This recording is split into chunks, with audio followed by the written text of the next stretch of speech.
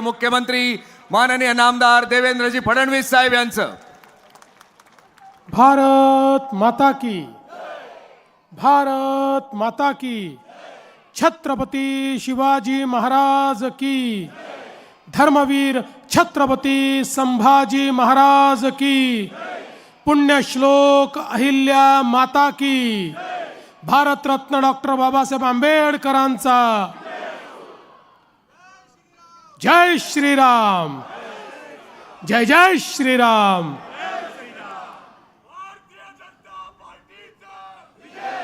हिंदवी स्वराज्याचे सरसंस्थापक छत्रपती शिवरायांना मानाचा मुजरा करतो. पुण्यश्लोक लोकमाता अहिल्यादेवी होळकर यांच्या चरणी नतमस्तक होतो. भारतीय राज्यघटनेचे शिल्पकार भारतरत्न डॉक्टर बाबासाहेब आंबेडकर यांना मानवंदना अर्पित करतो. आणि अहिल्यानगरमधील आजच्या या प्रचार सभेमध्ये मंचावर उपस्थित असलेले महाराष्ट्र विधान परिषदेचे सभापती माननीय राम शिंदेजी, आपल्या जिल्ह्याचे पालकमंत्री आणि राज्याचे जलसंपदा मंत्री राधाकृष्ण विखे पाटीलजी, मंचावर उपस्थित असलेले लोकप्रिय आमदार संग्राम जगतापजी, मोनिकाताई राजळे, विक्रमजी पाचपुते, आपले युवा नेते आणि माजी खासदार सुजय विखे पाटील, माननीय श्री बबनदादा पाचपुते, श्री विजयजी चौधरी, अनिलजी मोहिते, रवीजी अनासपुरे, आमचे पीपल्स रिपब्लिकन पार्टीचे प्रमुख ज्यांनी आपल्याला पूर्ण या ठिकाणी समर्थन दिलं आहे आणि संपूर्ण महाराष्ट्राचा दौरा ते आपल्यासोबत करतायत असे श्री जयदीपजी कवाडे, श्री संपतजी बारसकर, दिलीपजी भालसिंग, श्री अक्षयजी कर्डिले, नितीनजी दिनकर, अशोकजी सावंत, विनायकराव देशमुख, या ठिकाणी उपस्थित श्री अशोक गायकवाड, सत्यजितजी कदम, अभयजी आगरकर, महेशजी नामदे, श्री सुनीलजी रामदासी, बाबासाहेब गायकवाड, गणेशजी भोसले, राजेंद्रजी काळे, भगवानजी लुलसुंदर, त्याचप्रमाणे भरत ठुबे, गीताताई गिल्डा, सुरेखाताई विद्ये, या मंचावर बाजूला उपस्थित असलेल्या भारतीय जनता पार्टी, राष्ट्रवादी आपल्या महायुतीचे सर्व उमेदवार, या ठिकाणी अत्यंत मोठ्या संख्येनं उपस्थित असलेल्या माझ्या सर्व लाडक्या बहिणी आणि तितक्याच लाडक्या भावांनो, आज मला अतिशय आनंद आहे की अहिल्यानगरमध्ये महानगरपालिकेच्या प्रचाराकरता मी आलो आहे. आनंद या गोष्टी करता आहे की यापूर्वी ही निवडणूक झाली होती, पण ती निवडणूक अहमदनगर महानगरपालिकेची निवडणूक होती. ही पहिली निवडणूक आहे की ज्या निवडणुकीतला महापौर हा अहिल्यानगरचा महापौर या ठिकाणी आपण निवडून देणार आहोत. खऱ्या अर्थानं छत्रपती शिवरायांनी हिंदवी स्वराज्याची स्थापना केल्यानंतर त्या साम्राज्याला विस्तारित करण्याचं काम ज्यांनी केलं, त्यामध्ये आमच्या पुण्यश्लोक अहिल्या माता ज्यांनी राज्य कसं करावं, जनतेचं पालन पोषण कसं करावं, कशा पद्धतीनं सामान्यातल्या सामान्य माणसाला अधिकारिता द्यावी, सुरक्षित कसं ठेवावं, समृद्धी कशी आणावी, उद्योग कसे तयार करावे, अशा सर्व गोष्टीचा वास्तुपाठ आपल्या राज्य कारभारातनं ज्यांनी करून दिला. आणि म्हणून अखिल भारतामध्ये मोगलांनी केलेली, उद्ध्वस्त केलेली तमाम हिंदू देवस्थानं तमाम हिंदू घाट हे बांधण्याचं काम ज्यांनी केलं त्या अहिल्यादेवी होळकरांच्या नावानं आज हा जिल्हा ओळखला जातो.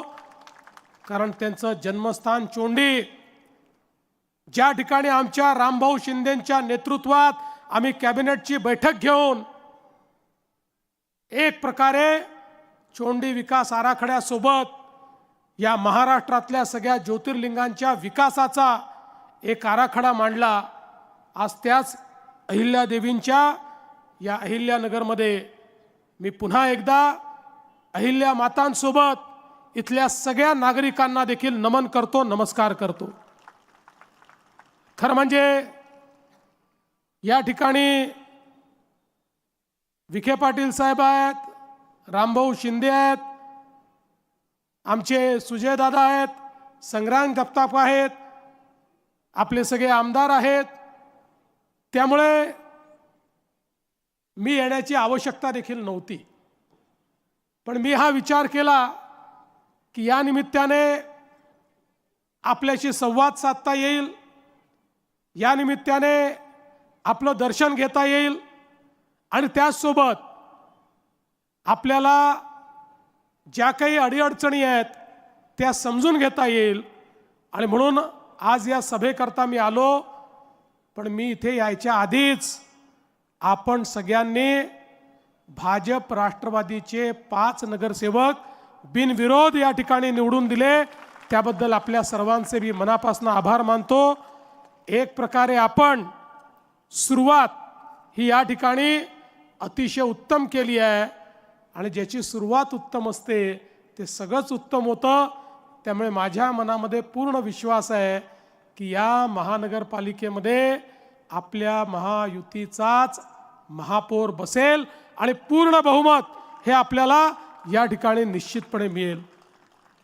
खरं तर बंधू भगिनींनो, आपण जर बघितलं तर आपल्या देशामध्ये जवळजवळ 70 वर्ष शहरांकडे दुर्लक्ष झालं.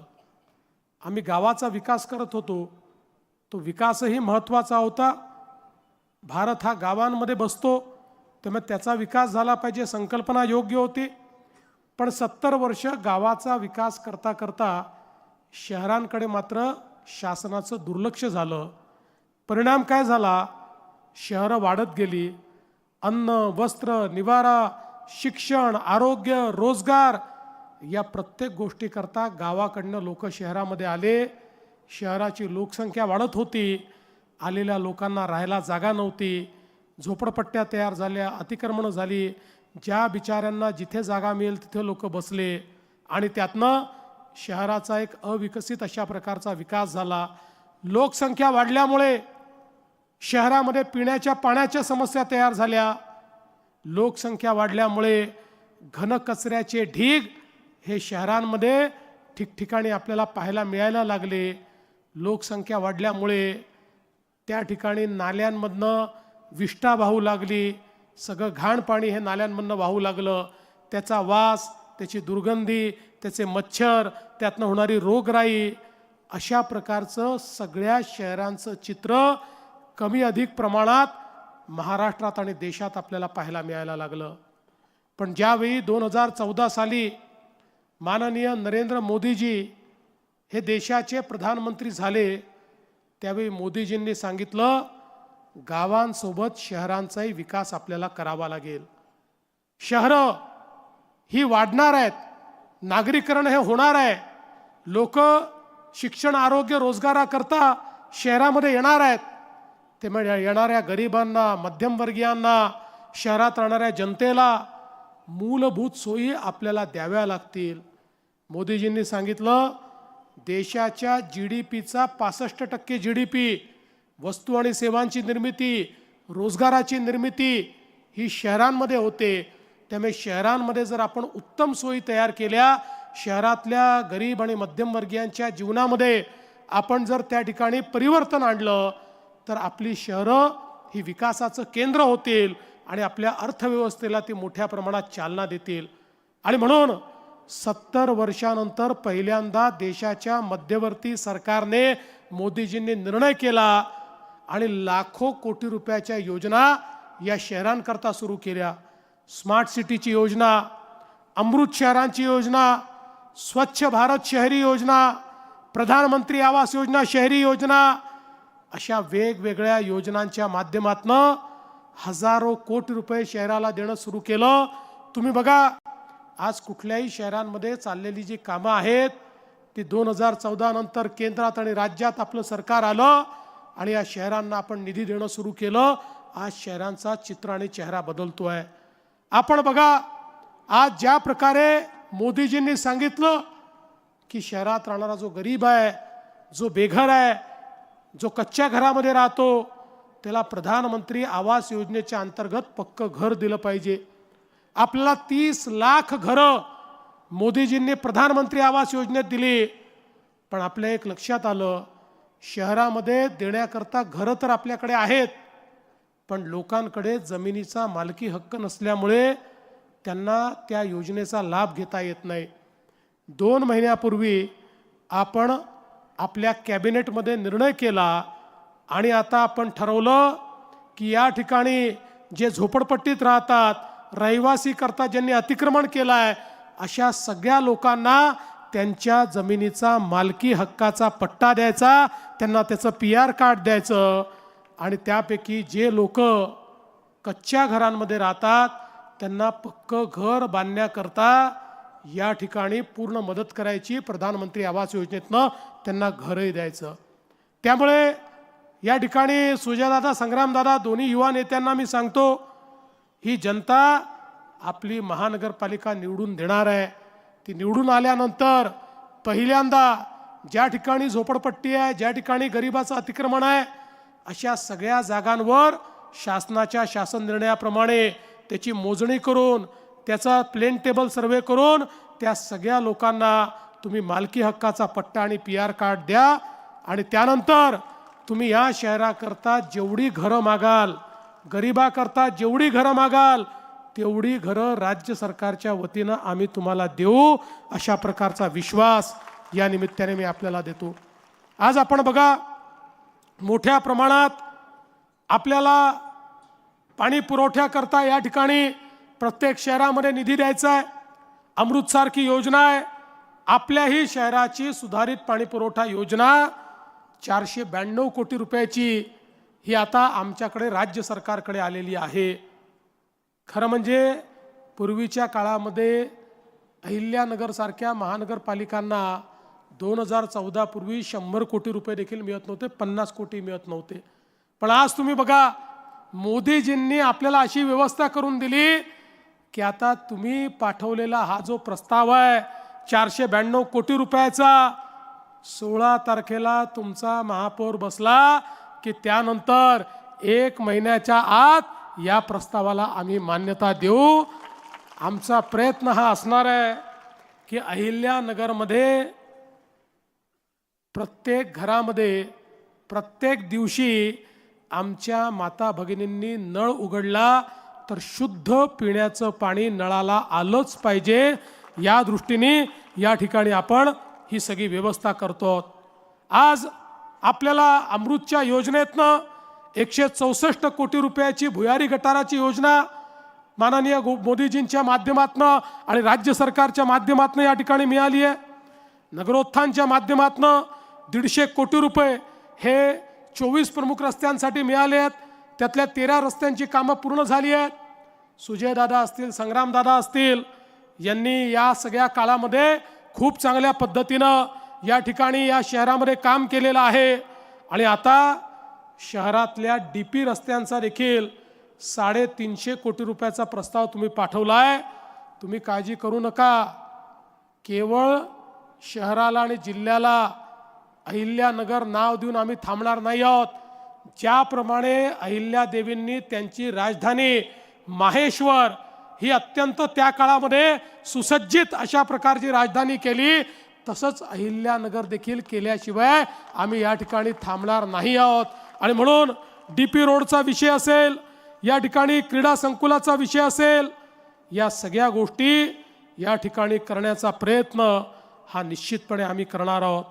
आज आपल्याला माहिती आहे की या ठिकाणी आमचा सिंधी समाज आहे. विस्थापित होऊन जो सिंधी समाज आला त्या विस्थापित सिंधी समाजाला, पंजाबी समाजाला देखील आता आपण निर्णय घेतला. त्या काळामध्ये ते या ठिकाणी आले, पण त्यांना ज्या ठिकाणी बसवण्यात आलं तिथली मालकी मिळाली नाही, त्या जागा फ्रीहोल्डच्या झाल्या नाहीत. आपण निर्णय केला, हे जे आमचे निर्वासित अशा प्रकारचे लोक आहेत त्यांनाही फ्रीहोल्डच्या जागा देण्याचा प्रयत्न आणि त्या संदर्भातला निर्णय आपण केला. अनेक शहरांमध्ये ते काम आपण पूर्ण केलं आहे आणि पुढच्या काळामध्ये याही भागामध्ये ते काम पूर्ण करण्याचा प्रयत्न आपण करणार आहोत. एवढंच नाही तर आता विखे पाटील साहेबांनी सांगितलं की आमचं शहर तर उत्तम झालंच पाहिजे, पण शहर उत्तम करत असताना या ठिकाणी आमच्या मुलांच्या हाताला काम मिळालं पाहिजे. MIDCचा विस्तार होऊन या ठिकाणी मोठ्या प्रमाणात उद्योग आले पाहिजेत. आमचा देखील हा प्रयत्न आहे आणि मला सांगताना आनंद वाटतो की आता या अहिल्यानगरला आपण नॅशनल डिफेन्स कॉरिडॉरचा भाग म्हणून या ठिकाणी सिलेक्ट केलेला आहे. या ठिकाणी डिफेन्स कॉरिडॉर आपण तयार करणार आहोत आणि या डिफेन्स कॉरिडॉरच्या माध्यमातून हजारो हातांना काम देणारे उद्योग हे आणण्याचा आपला प्रयत्न या माध्यमातून होणार आहे. आज आपण बघा, मोदीजींच्या नेतृत्वामध्ये शहरं स्वच्छ झाली पाहिजे, याकरता स्वच्छ भारत अभियान शहरीच्या अंतर्गत घन कचऱ्याच्या व्यवस्थापनाकरता मोठ्या प्रमाणात आता आपण निधी देतोय. पूर्वीच्या काळामध्ये कचरा जो होता ती आपल्यावर एक प्रकारची लायबिलिटी होती. कचरा एक प्रकारे आपलं बर्डन होतं, पण आता कचरा बर्डन नाही आहे, आता कचरा संपत्ती आहे. आता कचरा जमा करून तो आपण डंप करत नाही, आता कचऱ्यावर प्रक्रिया करतो, कचऱ्यापासनं खतांची निर्मिती करतो, कचऱ्यापासनं कोळशाचे पेलेट आपण तयार करतो, जे पेलेट्स कोळशाच्या ऐवजी वीज निर्मितीमध्ये आपण वापरतो. कचऱ्यापासनं तर आपण विद्युत निर्मिती देखील आणि गॅस निर्मिती देखील या ठिकाणी चालू केली आहे.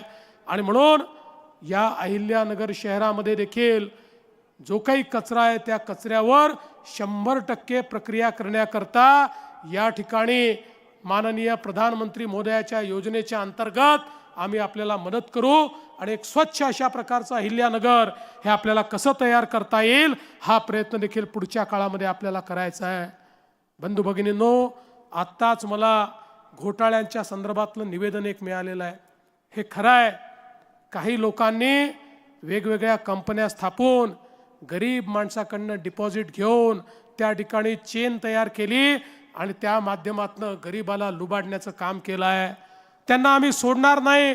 तुमची जी मागणी आहे की याला CBI कडे दिलं पाहिजे, निश्चितपणे देशाच्या गृहमंत्र्यांची चर्चा करून मी देखील त्यांना विनंती करेन की हे घोटाळे CBIच्या मार्फत या ठिकाणी तुम्ही चौकशीला घ्या आणि जे जे लोकांनी गरिबाचा पैसा खाल्ला असेल त्याला जेलची हवा खायला त्या ठिकाणी पाठवा आणि त्याच्याकडनं गरिबाचा पैसा परत आणून तो गरिबाला परत द्या. हे देखील पुढच्या काळामध्ये आपल्याला निश्चितपणे करायचं आहे. खरं म्हणजे बंधू भगिनींनो, आपल्याला याची कल्पना आहे, 1 वर्षापूर्वी राज्याच्या विधानसभेच्या निवडणुका झाल्या. महायुतीला अतिशय भक्कम अशा पद्धतीनं आपण निवडून दिलं. एक प्रकारे विक्रमी अशा प्रकारच्या आमच्या जागा आल्या. इतक्या मोठ्या प्रमाणात जागा आल्यानंतर काही लोकांनी म्हणणं सुरू केलं की आता बघा, या महायुतीवाल्यांना, भाजपवाल्यांना कोणाची गरज उरलेली नाही, त्यामुळे आता हे पहिलं काम काय करतील तर म्हणाले लाडकी बहीण योजना हे बंद करतील. आता 1 वर्षापेक्षा जास्त काळ गेला, लाडकी बहीण योजना सुरूच आहे. आणि लाडक्या बहिणींनो, जोपर्यंत तुमचा देवाभाऊ मुख्यमंत्री आहे लाडकी बहीण योजना सुरूच राहील, ती कोणी बंद करणार नाही. पण संग्राम दादा, सुजय दादा, मी तुम्हाला एक गोष्ट सांगण्याकरता आलो आहे.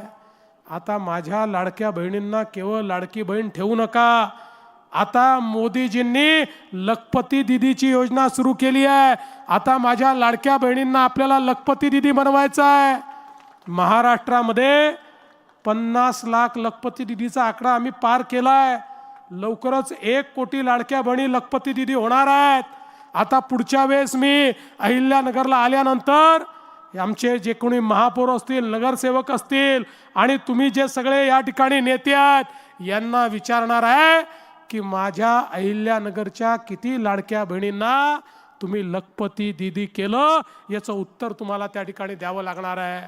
आणि म्हणून माझी विनंती आहे, आता या लाडक्या बहिणींना लखपती दीदी आपल्याला बनवायचं आहे आणि त्या माध्यमातनं आपल्या अर्थव्यवस्थेचा भाग म्हणून आमच्या बहिणींना मजबूतीने उभं करायचं काम हे आपल्या सर्वांना मिळून करायचं आहे.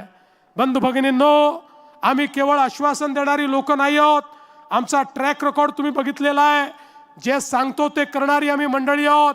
प्रयत्नपूर्वक विकास झाला पाहिजे अशा पद्धतीनं काम करणारी आम्ही मंडळी आहोत. केवळ कोणावर टीका टिप्पणी करण्याकरता मी या ठिकाणी आलो नाही, मी ती केली देखील नाही. कारण आपल्याला विकास करायचा आहे, सर्वांना सोबत घेऊन पुढे जायचं आहे. आणि म्हणून तुम्हाला एवढीच विनंती करण्याकरता आलो आहे, येत्या 15 तारखेला मतदान केंद्रावर गेल्यानंतर प्रत्येकाला 4 मतं द्यायची आहेत. फार कन्फ्युजन करू नका. मतदान केंद्रावर गेल्यानंतर मशीनवर कमळ कुठे आणि घड्याळ कुठे आहे या दोनच गोष्टी बघा. जिथे कमळ दिसेल तिथे कमळ दाबा, घड्याळ दिसेल तिथे घड्याळ दाबा आणि त्या ठिकाणी तुम्ही बाहेर या. मी तुम्हाला एवढंच सांगण्याकरता आलो आहे, 15 तारखेला कमळाची आणि घड्याळाची चिंता तुम्ही करा.